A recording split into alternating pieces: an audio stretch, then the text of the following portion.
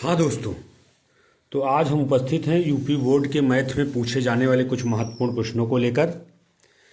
प्रश्न ये है कि एक आदमी ने रुपया 3250 का ऋण लिया और उसने पहले महीने में 20 रुपये दिए, फिर वह प्रति माह 15 रुपया बढ़ाता गया, तो वह कितने माह में ऋण चुकता कर देगा।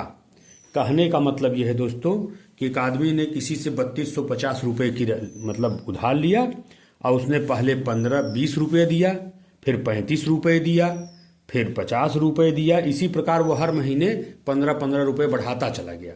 ठीक है, तो वो पूछ रहा है कि कितने महीनों में ये पूरा कर्ज चुका देगा।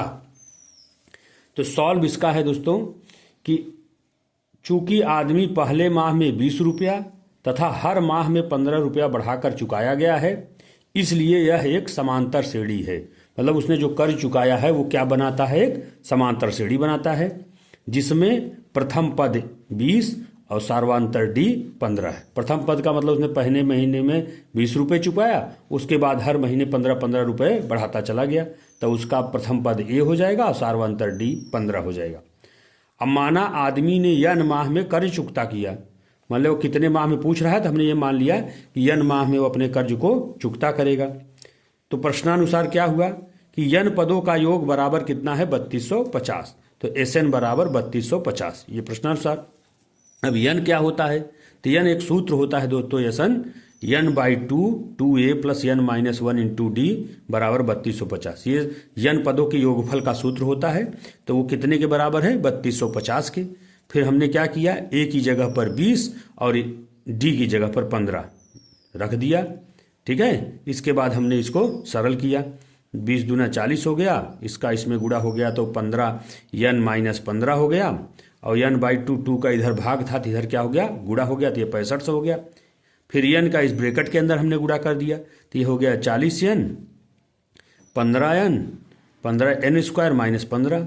40 एन में से 15 एन घट गया तो 25 एन बचा, इधर 6500 को हमने इधर पक्षांतर कर दिया, तो 6500 इधर आ गया, तो 15 n square plus 25 n minus 6500 बराबर 0 हो गया। फिर 5 पूरा उभयनिष्ठ था, तो हमने 5 से क्या किया, पूरे समीकरण में भाग दे दिया। 5 से भाग देने पर, ठीक है, 5 से हमने भाग दिया तो ये 3n स्क्वायर हो गया प्लस 5n माइनस 1300 बराबर 0। अब हम चूंकि ये एक द्विघात समीकरण बन गया तो हम इसका गुणनखंड करेंगे, तो 3 और 13 का गुणा कितना हो जाएगा, 3900, और 3900 का हमको ऐसे गुणनखंड करना है कि 5 आ जाए, तो 3900 का दोस्तों 65 गुणे 60 आएगा, और 65 माइनस 60 करने पर हमको 5 मिल जाएगा। तो हमने क्या किया, 5 की जगह पर 65 माइनस 60 रख दिया, अब फिर यन का इसके अंदर गुणा कर दिया। फिर यहाँ पर यन कामन है, इसमें 20 कामन है, तो हमारे दो गुणनखंड बन गए n माइनस 20 3n माइनस 65 बराबर 0। तो हमने लिया यदि 3n माइनस 65 बराबर 0, तो n बराबर 65/3, जो कि अमान्य है। क्यों अमान्य है, क्योंकि मंथ कभी जो है दशमलव में या भिन्न में नहीं हो सकता।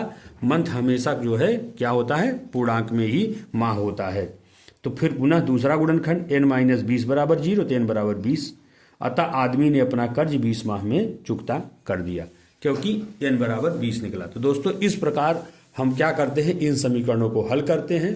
ठीक, और हल करने के बाद मेन दोस्तों इसमें होता है प्रश्न को समझना।